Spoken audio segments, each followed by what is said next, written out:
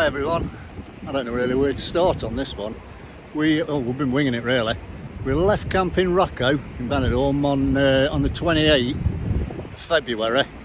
We've got a site booked at Calpe. We've already wanted to go there because we've been going Benidorm for years. We've always said love to go to Calpe, so last year we booked the site, camping Calpe Mar, and we went there on the 28th. Lovely weather, we had brilliant weather in Benidorm, and that was on last Saturday. So we had 4 great days there. The weather was brilliant, and Calpe is absolutely gorgeous. I never realised how big it was actually. So on the 4th day, we decided, well, we'll get the camera out and go and do some videoing. And then the winds picked up, absolutely horrendous winds, all day on the Tuesday and all day on the Wednesday. So we sat them out for a bit, and by the Thursday it was absolutely teeming down with rain, and I mean it was horrendous. It was absolutely peeing it down, plus the winds. So we said, tell you what, we'll move.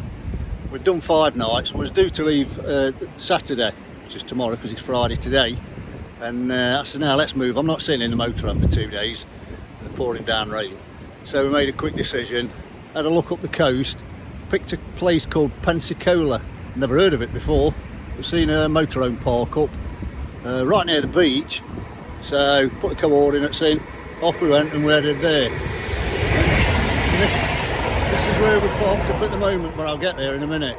So, yeah, so we headed up to Peniscola, a camper park called Els Duas, which is right on the beach.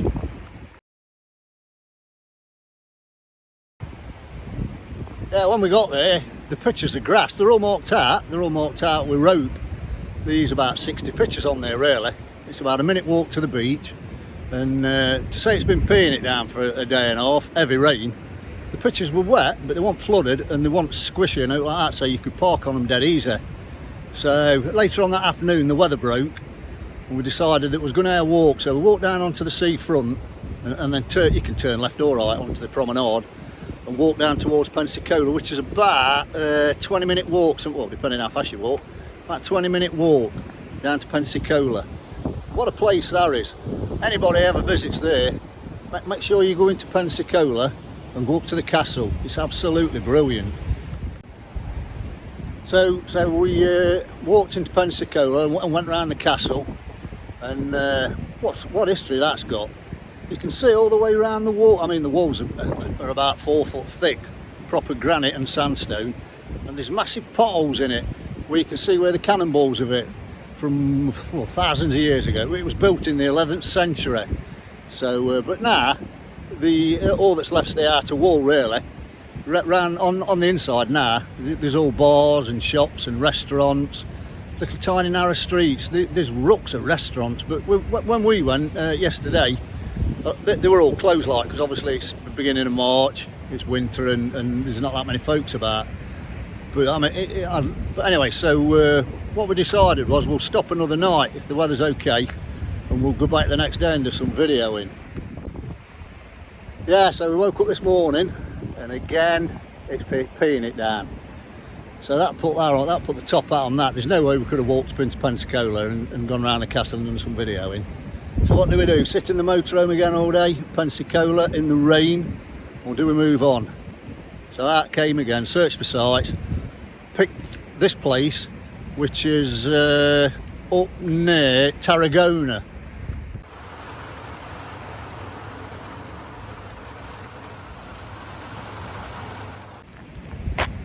Yeah, so this car park, it's called Torre d'Embarra. Same as I say, it's up near Tarragona. I'll put the what 3 words on, so anybody wants to come and visit it. It's a free car park. Well, there's this part there. There's a quick view of the car park. There's a few motorhomes parked on it, but say how big, and it's free as well. So, and it's dead easy to get to off the AP7. But anyway, this is a view. This is a view of the car park. Same as I say, that's this part there, and there's the sea behind me. I don't know if you can see it. Just down there behind me, there's some steps that go down. They go down and under the railway line to the beach. We haven't been down them yet because we've only just pulled up. But we're going to have a look at them in a minute. We're going to walk down and go up on the seafront and up onto the promenade and have a look around there. The only problem is with these car parks that are free, as nice as it is now, I mean we've just come from 90 mile away and it's absolutely peeing it down. It's beautiful here, the sun's out, it's lovely and warm, but you can't put your seats out. Nobody's allowed to put seats out. People do, and then the police drive past, and if they see you with the seats out, that's when they start stopping you parking up at these places. And it'd be a shame to lose something like this because, I mean, it's flat, it's dry, it's right next to the beach, and then again, it's right next to the railway line there just behind me. So we've been here about an hour. There's about 4 trains gone up and down, but they're not bothering us, especially when we've had a few wines. Yeah, so this is the underpass that's right next to the car park. As you can see, that's the car park. We're parked there just behind that one there. He wasn't there a minute ago. You've got all this car park and he comes and parks right next to us. I can lean out and tap on his window. There was a guy outside of him, he's parked in between us, but he's moved now. He's probably full of stuff, yeah. So yeah, so this is the underpass.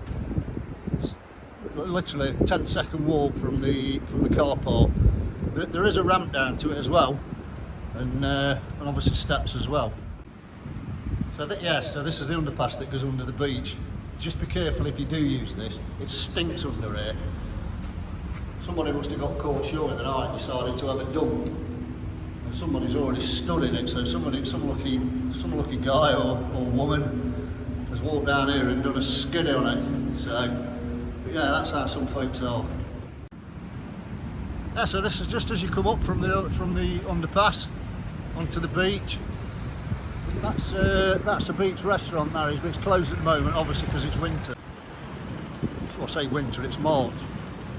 It's not like our winters because it's a bit windy today and cloudy, but it is reasonably warm, t-shirt weather. And then just where the underpass is, there are the bins to the car park, so they're handy. There's plenty of parking in this car park on the seafront, disabled parking and whatnot, so and literally straight onto the beach.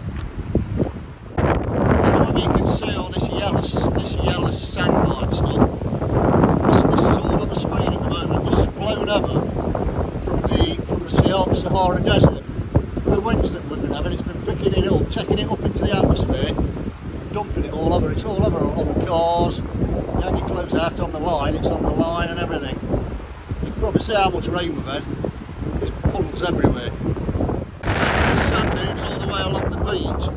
I think these go right up to the marina. They're all fenced off with road because it's like a nature reserve. I've read somewhere that turtles do come. I don't know what time of year, I didn't read it, but that's why they've fenced it all off, so you're not really allowed to walk in these dunes. But then again, why would you want to walk in and damage them, you know? Just as you come onto the beach, there's a place where you can wash your feet when you go or leave the beach. And then there's also some little cubicle things that you just go in and go out the way. You can get changed and whatnot when you come off the beach or when you go onto the beach. You don't really see them, I haven't really seen many of these up and down. And we've been to loads of beaches since we've been here over the past nearly 3 months. I've never really seen them. Good idea though, if you don't want to start losing your tail when you try and swim your bathers around or the bikini bottoms or wherever. Yeah, all in all, this is a nice place this. I've come here again. I mean, we're only here for the night, like I say. There's the train going past. There's one of them every about 15 minutes. But I think they stop at night about 10:30, 11. I'm not sure, but that's what I've read. So hopefully they're not going on till 2 or 3 in the morning. Otherwise, it'll be a night without no kit. This is the beach road that leads down to the. It goes all the way down the beach, right down to the marina that's in the distance there. It's a nice walk, that. We're not going to walk it because we need to calm down on the walking. Since we've been here in the last 11 weeks, we've walked about 400 miles. So God knows how far Mrs. walked, because however far we walk, she must run twice as far. So we don't want to burn her out. I like these things that's at the side of the beach. These metal fabricated, well, that's a fish-shaped one. And that's for putting your plastic bottles in and whatnot, so it saves lobbing them on the beach and polluting everywhere, but Don't tell these in England, but then again, if they did, they'd end up shoes and coats and God knows where else they'd be putting them. So just go out the window a minute, and so yeah, that about wraps it up for this video. So thanks for watching. If you found it interesting, drop us a like or a share or even subscribe. And I'll put the what 3 words thing, the what 3 words code on it at the end of the video. So anybody that wants to use this car park, I'd use it again, definitely.